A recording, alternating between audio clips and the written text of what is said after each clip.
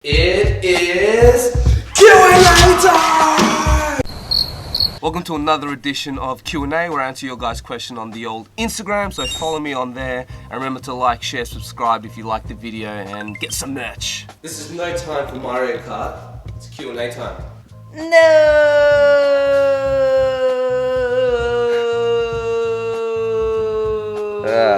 Anyways, what is your favorite experience with any substance and why? Are you talking to me? Motherfucker. No, don't do it. Come on, I'm mid-race. What's your favorite experience with any substance and why? My one would probably have to be my second ayahuasca ceremony. It was the biggest aha moment, at least what I thought at the time. And yeah, I thought that was a very transformative experience. What about you? Good answer. Like mine would have to be, I think, the first ceremony in ayahuasca. Yeah?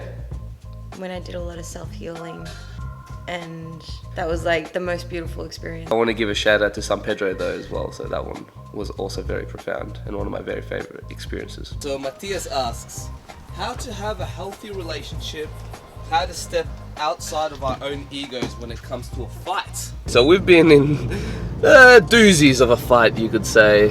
None that I like to admit, but yes, we do have a little bit of experience when it comes to this shit.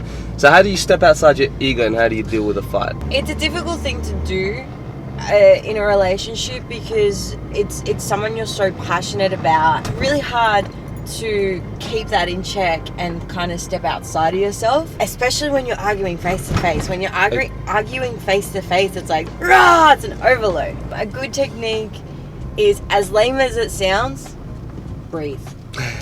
Yeah, no shit. Just fucking breathe. Like Wim Hof says, breathe, motherfucker. Take a moment, breathe, and visualize yourself stepping back. I know that sometimes you just want to choke your fucking partner, but you gotta... yeah. But yes. I love you. I love you too. Yeah, breathe. Breathe. Simple but beautiful. What is your ultimate goal in life?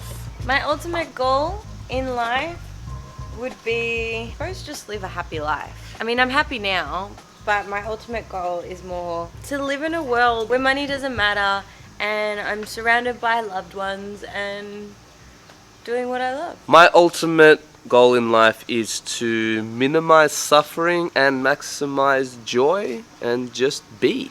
And lots of dogs. And dogs, yes, we're gonna have a family of dogs. We're gonna have like 1 million dogs. We did not pick a good day to do this, it's just too hot. What was the first drug you ever did and at what age? Well, I am Australian, so the obvious answer would be alcohol at the age of 8, I think. I remember always sneaking like sips of wine here and there until I started binge drinking at the age of 12. Yeah, gotta love the alcohol culture here. But apart from alcohol, if you're talking about an illicit drug, then it would be weed at the age of 12 as well. And I got addicted pretty much straight away. I let it consume my life for very long. And it's only the last couple of years where I've learned to have a bit of a healthy relationship. There's bumps on the road and there's a bit of a love-hate relationship with Mary Jane. But I think we got there in the end.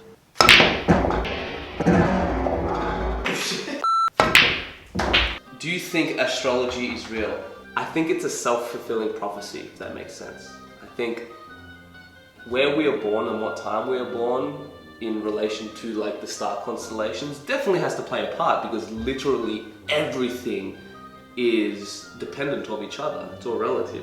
But everything in life is a factor. That's why I like it to a certain extent. Yeah. Like, yeah, but not the fucking little blurbs that they do in the newspaper or magazines. Yeah. Like, you will find in the upcoming month, you'll face some challenges. Oh my it's God. like, oh, new job prospects, new... it's like shit that can happen. I think it's a bit of a paradox. I think it's true to a certain extent, but I think it's bullshit. But that's like everything in life. It's like a feedback loop. Like, you know, because we believe it, we give it more power and making it more real than what it is. And it just, yeah, it kind of feeds off each other. So it's like, yeah, it's definitely true to a certain extent, for sure. Oh, hey, didn't see you there. Oh, hello. Oh, hey. What are you guys doing in the closet? How silly. How long have you been there for? What have you heard? We've been looking for you everywhere. What's the biggest, oh shit, I'm too deep moment you've had with psychedelics? I've personally had a few where I thought I was gonna die, but definitely the ayahuasca nightmare trip where I thought I was going to die and my brain was melting and I wanted to fucking kill myself. I know I shouldn't be laughing, but it's like the whole closet thing, you guys hiding there.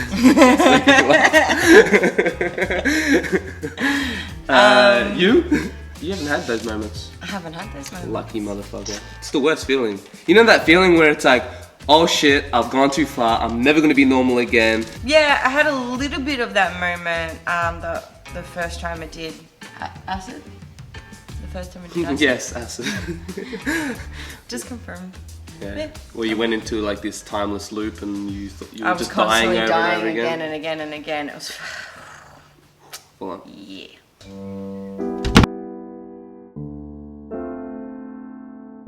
Have you guys been able to heal each other from past relationships? Are there things you see you can work on to cover that area? You were pretty much my first real long-term girlfriend because no offense to most ladies out there, but I just never had the tolerance for it. So, but you're pretty cool. So here we are. You're my first true love. Oh. Gay! In regards to the question, it kind of implies that you need to be in a relationship to heal from a past relationship, and that's not the case. What you need to do is work on your own shit. If you were given the right to legalize one drug, which would the world benefit most from and why? Keep making great videos, man. Well, if you're talking about full legalization and anyone can get it, I would have to say marijuana.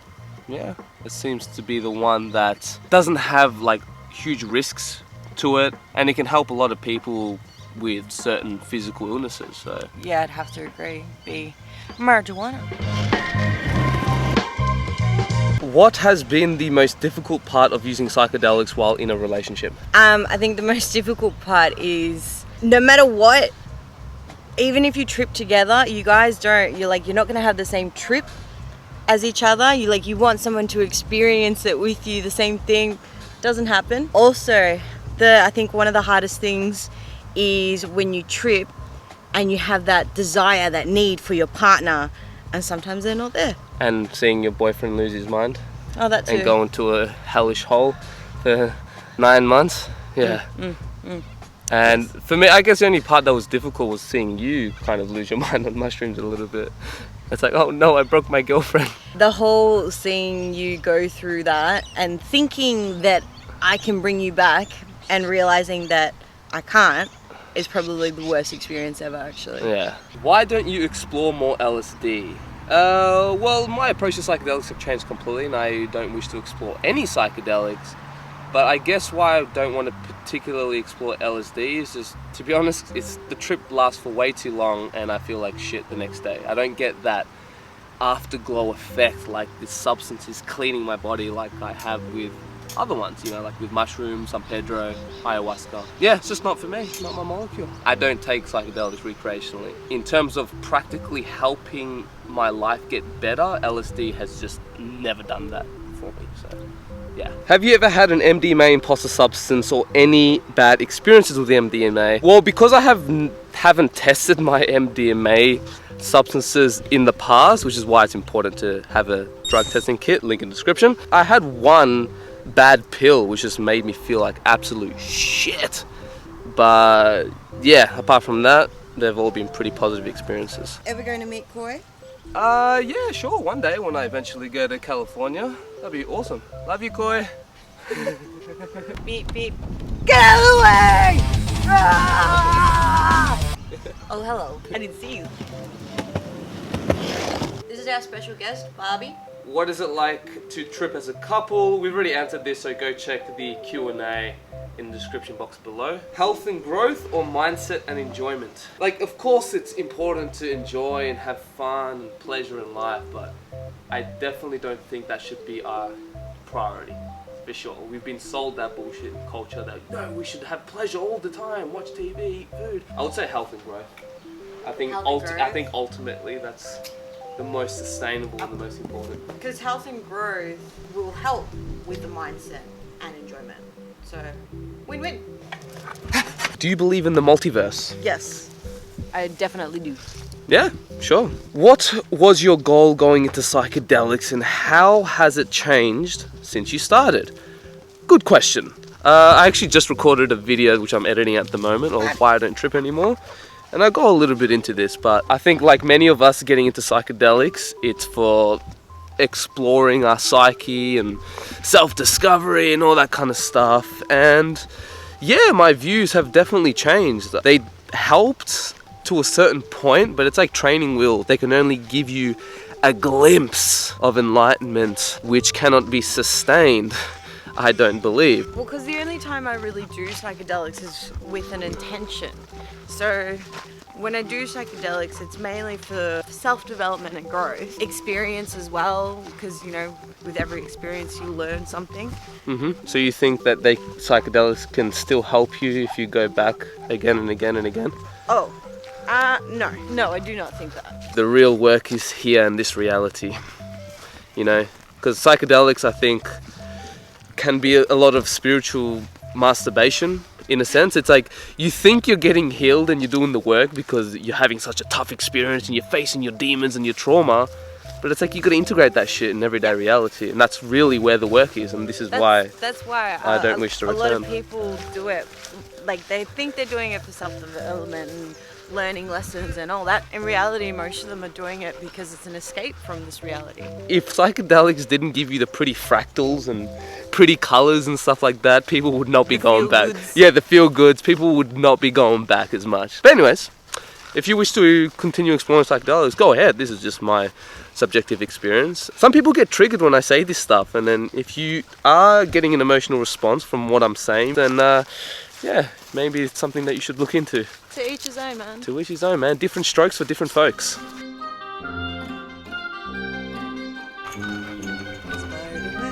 Spider-Man. This is a nice view. Oh, please don't fall. Why did I do this? Empathy immediately gone. What was your first Shrooms experience like? Yeah, it was pretty good. I made a video about it. Check the description box below. Do you think education plays a big role in how successful you are? It's like Warren Buffett says, the greatest investment he ever made was in himself. And Tony Robbins agrees with this. It's a certain extent, because you can study, learn, gain knowledge like a wizard, but it's about the action. Education plus action. Of course. But yeah, of course. Yeah, it's massive. Do you think that psychedelics will be legal in our lifetimes in North America? Because definitely not in Australia. No fucking way. I think so. You reckon? Yeah, I think so. Not all of them, but yeah, I can see maybe one or two, like maybe. It'd be like the same thing that's happening with marijuana. Yeah, but marijuana doesn't, you know, cause you to have an ego death. That's why, like, in our lifetime, babe. Like, yeah. Think of 60 years from now, 70 years, 80 years, like... I think that they should be decriminalized and regulated. Like, I don't believe that psychedelics should be sold at a 7-Elevens for anyone to have. You know what I mean? But you should go to like a practitioner or a doctor or somewhere where you can have a guide for this experience. I take drugs like a champion. Yeah, I take drugs like a champion. But Sarah takes drugs and stabs her kids. Thanks, Sarah! You know what I mean? So... Yeah. Bet he's got a big willy. Anyways, guys, I think that concludes our videos for today. Thanks for watching. Remember to like, share, subscribe. If you want to support the channel, check out Patreon. Get some merch, this cool third eye chimp where our order is on our way. How cool is it? I'm so excited. I know. I can't wait to get it. Awesome. So yeah, get some merch. Comment below. And let us know if you have any questions for the next one, and if you enjoyed this format of this Q&A experience. Peace out, guys. Have a good one. Peace. Don't punch my camera. How dare you? Peace.